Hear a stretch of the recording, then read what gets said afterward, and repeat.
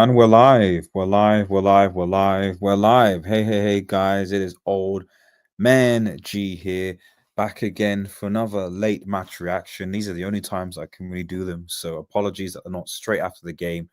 But you know the score now. If you're new to the channel, to like, share, and subscribe to Red Devils 2 Joe. Follow us on Twitter at WeUnitedX and smash the notification button.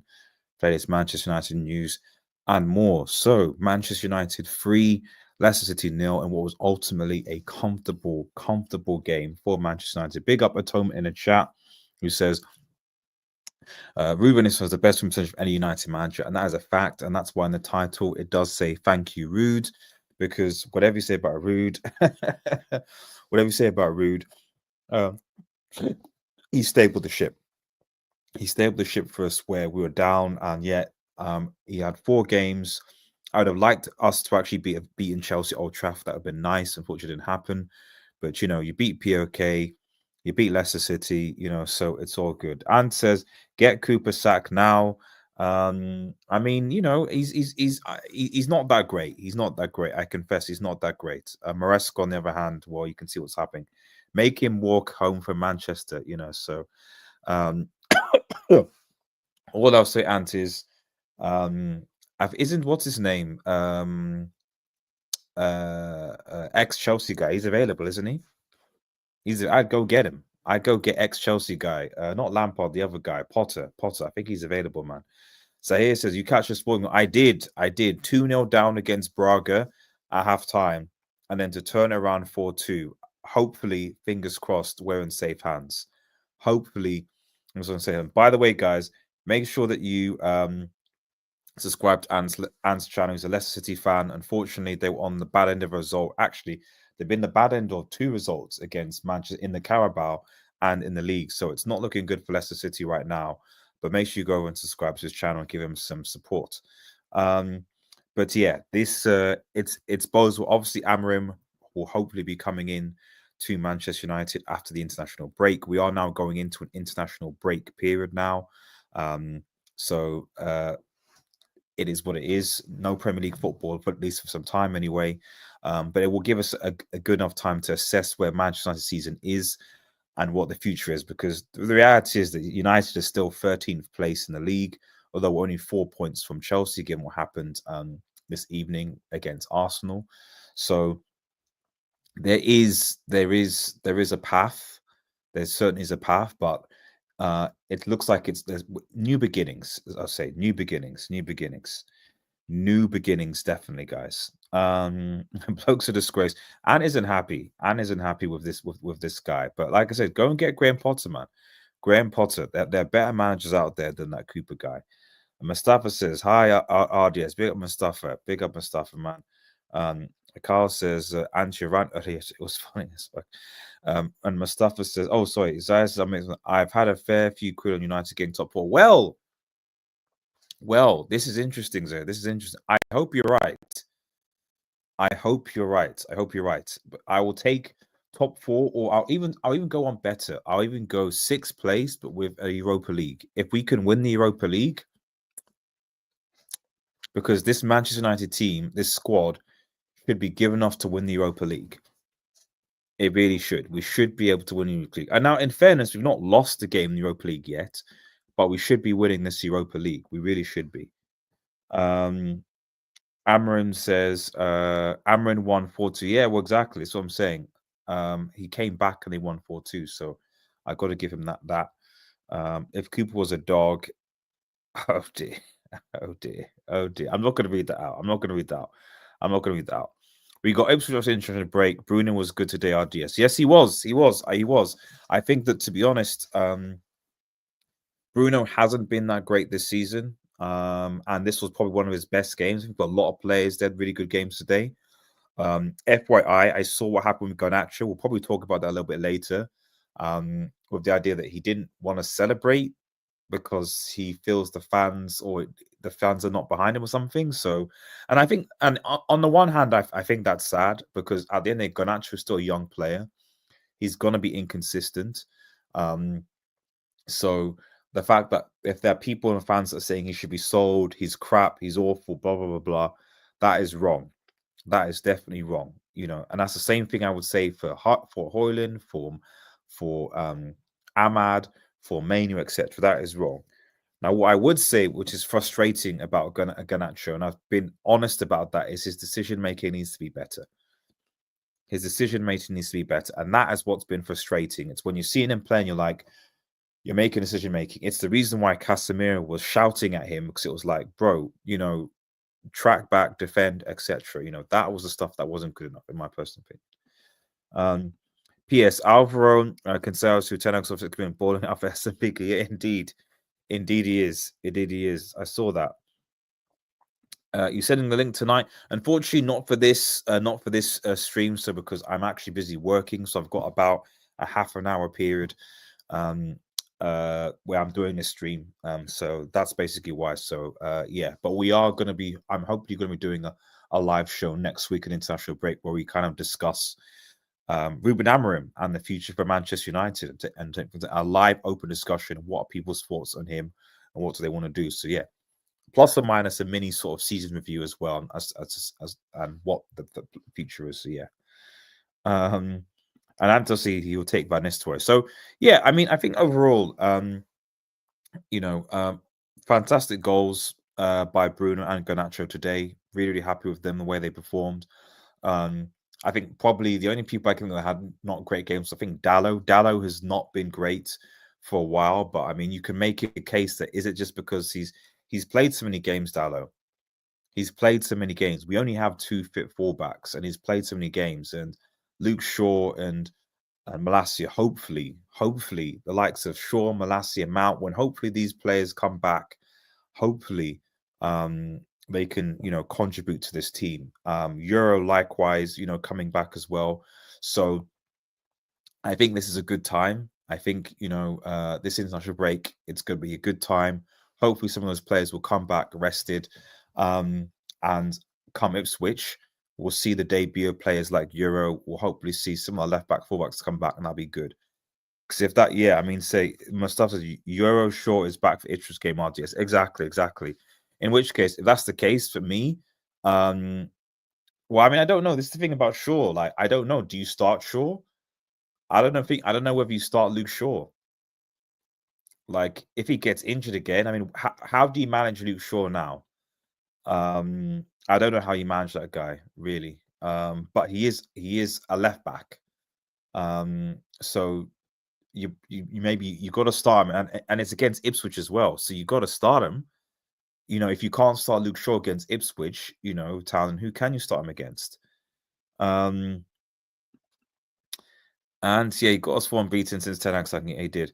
Buy back Carreras better than anything he got to left back. We do. For me, we need to go in for a fullback in January.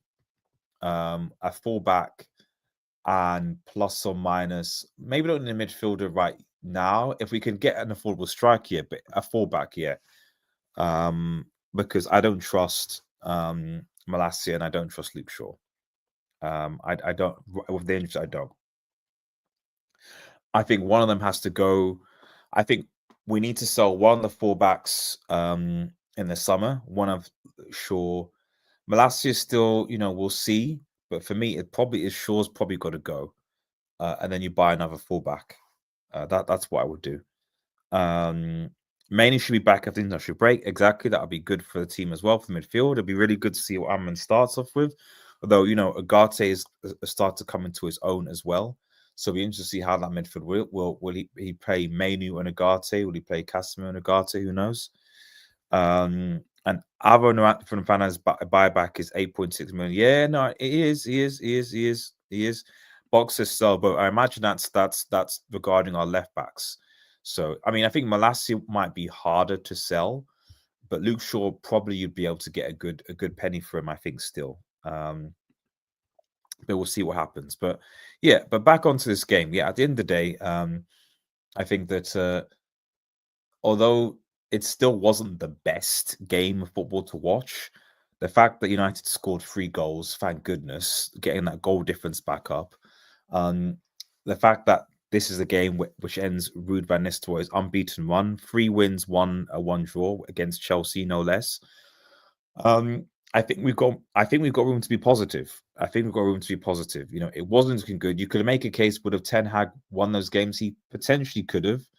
You know, I didn't anticipate us losing to Chelsea at Old Trafford. We've not lost there. They're not beating us at Old Trafford since 2013, I think, under Moyes. But still, it was still going to be a difficult game. But you know, 3-0, Leicester City. We move on, and hopefully, all I can say, guys, I just hope that our season starts now. Although we are 13th, we are only 4 points away from third, which is wild if you think about it. You know, we've still got to play Arsenal. Yes, we played Chelsea, we played Liverpool, we played Spurs. We've not really done that great against the top tier points, and then I lost to Liverpool and Spurs. We've still got to play City, who are vulnerable right now. So, you know, if we can start off well under Amorim, potentially we can give City a game, and then you never know what happens. Ahmad should be the 10 in Amorim's system. Interesting. Yeah, I mean, he's a creator. Amorim already said he isn't buying any sports in the city. Yeah, exactly. He said that. He said, what? He said he's not bringing them in January. Obviously, as soon as the season's over, he will see what happens in the summer, basically. So be all right. I don't anticipate getting any signing these sporting players in January. Amaz, Fernandes look like good prospects. Well, I mean, they should be playing in the Europa League. I mean, that's for me the best. We should be playing them in the Europa League, but it seems that might be that's increasingly being more and more of a challenge. Lizansi work as a wing back in Amorim's system RDS. I mean, is that him? I'm not sure, but it's certainly worth a try. It's certainly worth a try. Ipswich, Everton should be 6 points, catch up to Money Maze. Yeah. Ipswich and Everton should be wins. In fact, let's quickly have a look at Manchester United's next fixtures after the international break, and then we'll go to the player ratings for the game. Let's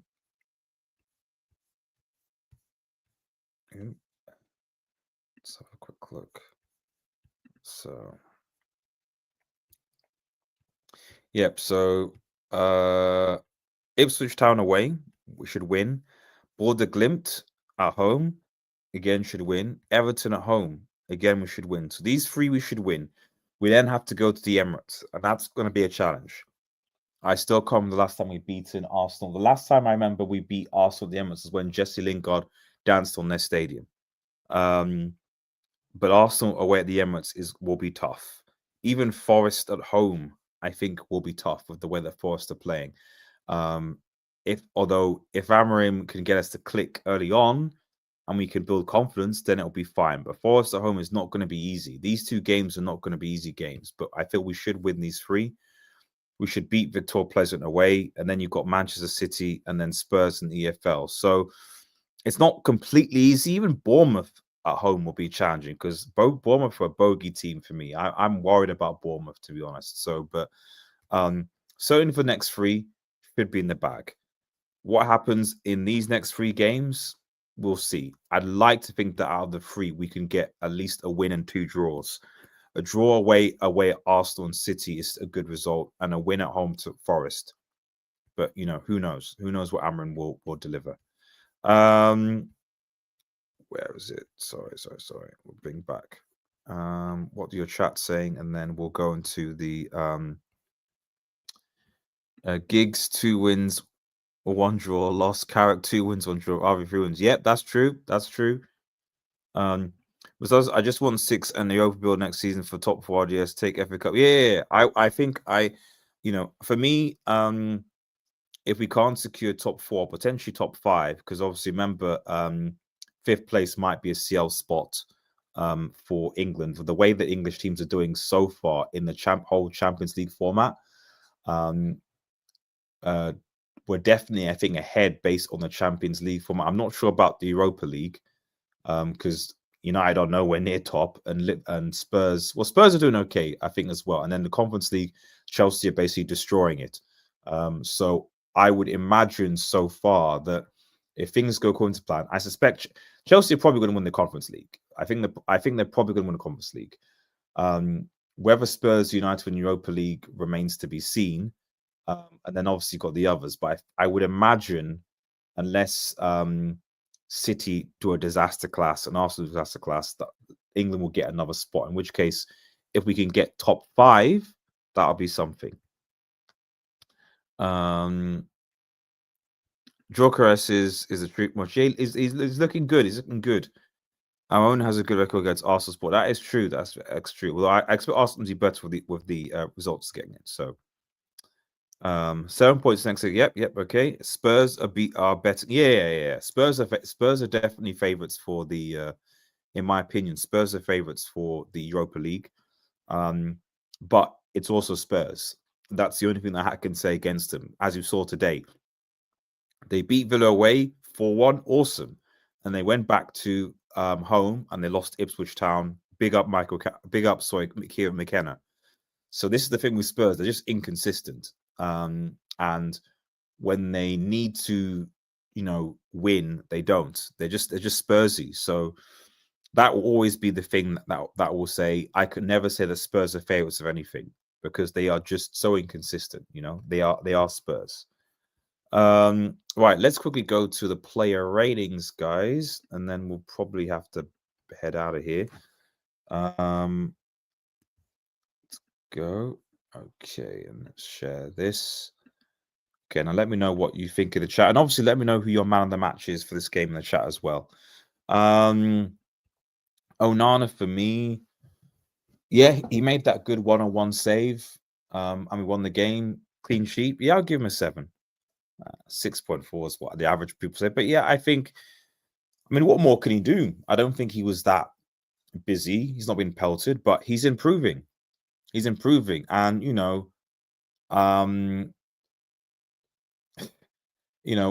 a lot, and this goes back to the garnacho thing. A lot of people gave a lot of stick to Onana last season.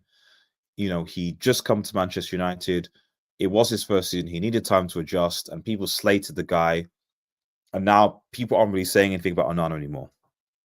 He's just getting on with it. It was just a clean sheet. It was just a save. It was just a sort of, so sometimes maybe, and reality is that the amount of shots that we conceded on our goal compared to last season was insane.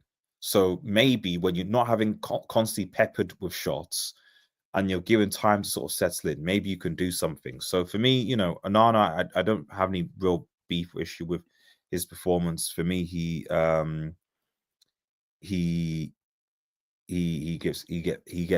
give him a 7. Buster says, not gonna lie, we would have won these games with 10 now, but still good to get some confidence and farm. Now suits to get amorim and days. Exactly. I mean, you say that, but would we have 100% won them with 10 Hag? I'm not sure. I think Leicester probably would have, but even POK, at times it was difficult, and I don't know. I'm not sure. Chelsea as well. Would we have got the point? I'm not sure. So yeah, 7 for Onana. Dallo for me. Oh my goodness. 5. Yeah, I don't think he had a great game today, but he's just been played too much, man. I think that when Shaw and Malacia come back and we can actually play with a left back, I think we need to alternate between him and Matswari. Matswari for me should start. But yeah, it can't just be all on Dallo. Because his form has dipped this season, but that's just because he's played so many games for Manchester United. Like he's played left back, he's played right back. Like he's played so many. He needs a break, in my personal opinion. De Ligt, I think De Ligt had a good game. I'll give De Ligt a 7. I think again, certainly against these types of teams, I think De Ligt has been fine. Good signing for us so far. Had 1 or 2 issues, but he's coming back into it. Lisandro, give Lisandro an average 6. Yeah, 6.97. Yeah, I think that for me, I don't know. Lisandro just doesn't look the same after his injury. He doesn't. I mean, he had a okay performance though for me though. So, but I don't know what it is. He just doesn't look the same after his injury. Um, so, but it could be a 6, it could be 7. No big deal, Alessandro. I always give Matswari steady 7, man. This guy is the bargain. Oh my goodness, this guy's a bargain. We paid 15 mil, I think. Was it 11 mil for this guy? This Matswari is a bargain. A bargain, bro. He was just, man, consistent all the time. Yeah, great, great, great, great.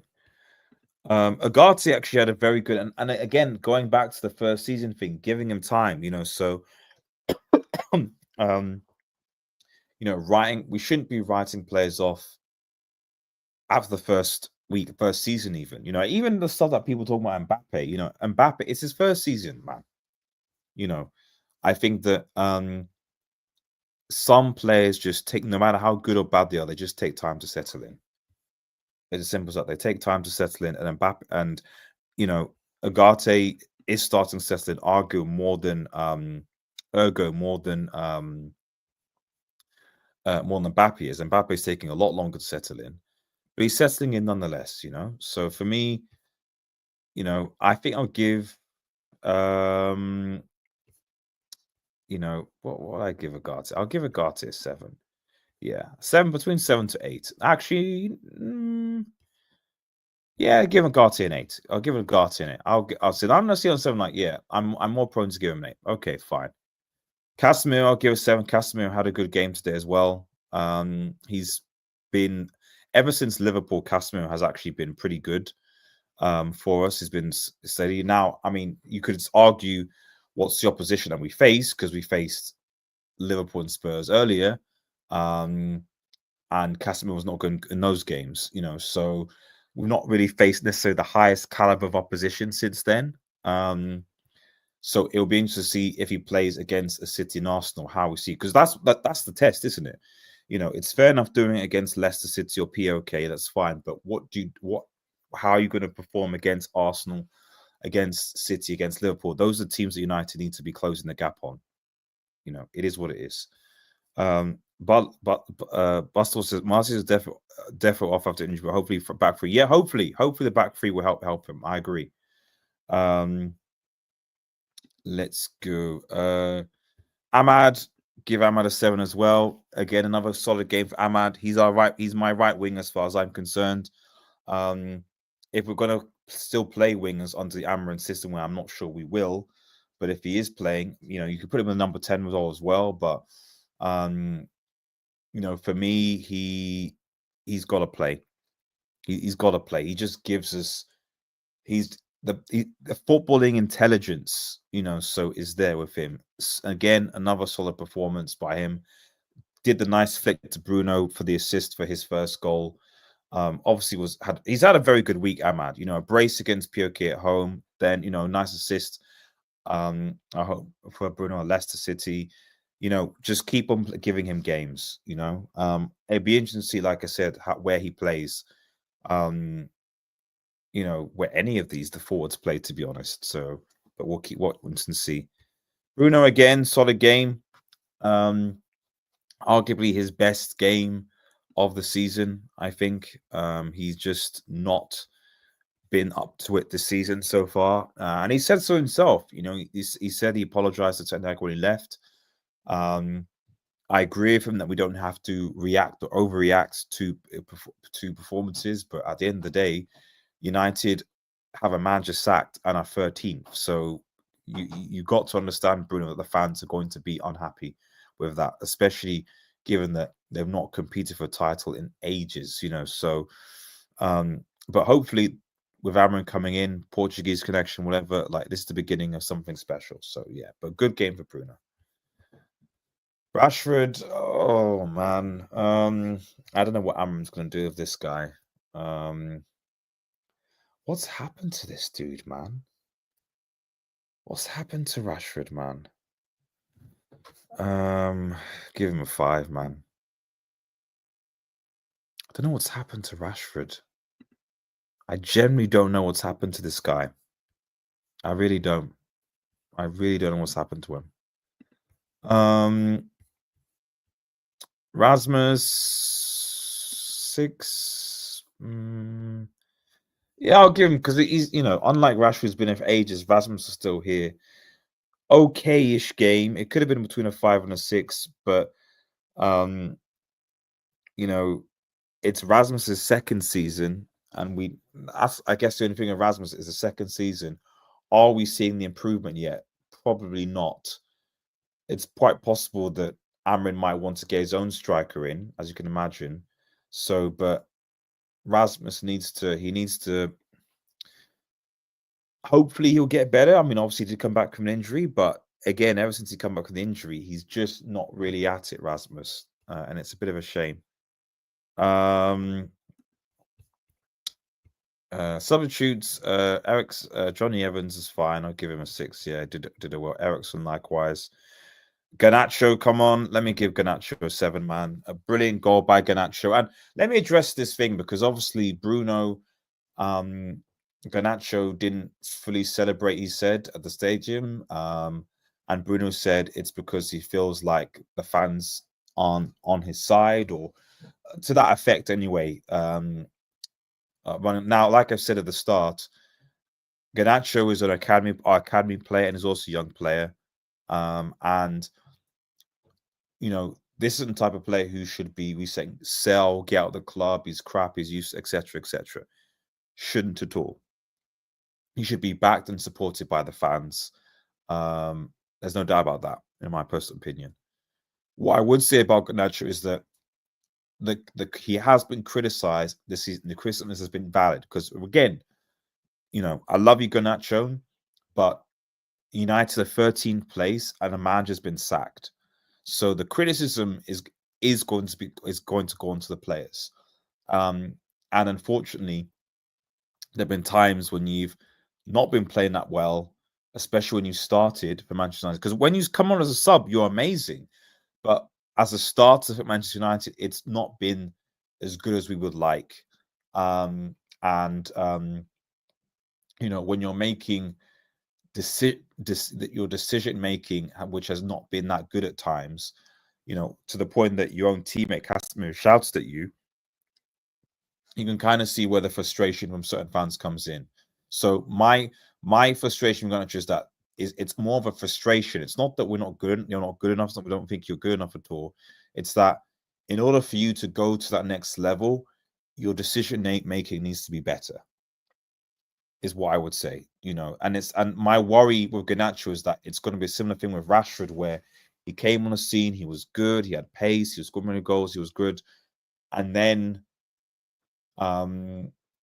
he got older and he's starting to lose his pace and injuries pick up, and suddenly now the attributes that made him good aren't there, but his decision making hasn't improved, and because decision making hasn't improved, he's not that good of a footballer. I don't want that to Garnacho. Xerxes, similar to Horn in a way, but does his thing. Ruud, let's give a nice 7. Yeah, let me give an 8. Ruud van Nistelrooy, undefeated in 4, 3 wins, 1 loss. Big up Ruud van Nistelrooy, man. Yeah, I think that I suspect he's still going to be around with Amorim. So I personally think he should probably just stay, and do it that way. See what he says, because I'm sure Ruud van Nistelrooy has a bond with the players, wanting them to succeed. And I just think that what you need to be careful is when you get a new manager in, and you just want to get all of your team in and stuff like that. You just need to be cautious, because sometimes a player like Ruud, he's brilliant in the game, he's great, he's a footballer, all these things. There'll be a respect for Ruud. Players even loved Ollie. So those Manchester United legends, those players, that can often be the bridge. And I'm cautious about you, almost like Ten Hag and other people, where they just bring in their own guys and they try and make it to work. There has to be a connection to the players, and sometimes that's where something like Ruud can be useful. So let's see what happens. Let me quickly finish reading the comments, and we'll will bounce. I've got to go back to work. Rashford to PSG, says Box. Probably not at this rate. I don't think they need him now. Højlund needs to be in the penalty stock 6 rejects. Yeah, exactly. Big up Samasi in one shot. Garnacho is shot, bro. I mean, come on, Samasi. Come on, show. Garnacho has 12 GA. This exactly. More than Mbappe. Yeah, okay. Mbappe is not doing well for Mbappe at least 20. Yeah, this is what I'm saying. Let him develop. He needs to develop. But the criticism of some of his performances has been valid because it hasn't been that great. And like I said, United are because United, if we look at the amount of goals United have scored in the Premier League before this game, it wasn't that great. And you can look at our goal difference for evidence for that, and the fact that we're 13th, and the fact that Madge has been sacked. So he's a young player and a youth player, and he's only 20, so we treat him as such. On the other hand, he needs to take the constructive criticism board so he can get to that next level. That's what I would say. Although Samantha's GA doesn't tell the whole story. I wouldn't say that. Casemiro needed someone to shout him after some of his ball early. Well, that is true. I agree with that. Casemiro hasn't been great either. Rude. We cooking under. Well, again, Ruben. Hopefully, Ruben will come. Hopefully, Ruben will come. Anything else? The whole attack needs to. It does. But can we afford that? That's the thing. Can we afford it? Because Manchester United need to be in the Champions League next season by hook or by crook. Otherwise, these financial problems. Because I know we keep on saying we need time, but we've got to understand that as Manchester United fail to qualify for the Champions League, it's going to affect the finances, which inevitably means that it will affect United's standing. The rivals going further and further ahead. Our ability to buy certain players, our ability to sign certain players. So it's important. So we need to push for Champions League football. We don't have time to get further and further behind, and we'll see what happens. Although Smashes saw the whole attack. So he says Amorim is capable of rolling off 10 wins off the spin. Well, hopefully he does. And on that note, thanks again, everyone, for watching the show. Remember, if you're new to the channel, to like, share, and subscribe to Red Devil Studio. Follow us on Twitter at We United and smash the notification button. We'll be back again with a live show where hopefully Tom will be coming and joining me next week, where we will have a nice debrief on the season so far and what Aaron will hope to achieve, as well as some of the behind-the-scenes things going on at Manchester United. Have a nice day, everyone. And sorry, I've just seen a question. Question marks with every team in EPL. United are not a million miles. Oh, so I thought it was a question. Yeah, you're right. Although Liverpool are scaring me. I am worried about Liverpool winning the Premier League this season and equaling United's total. That's not going to be helpful, and we need that not to happen. Right. Have a nice day, everyone, and cheers. Peace.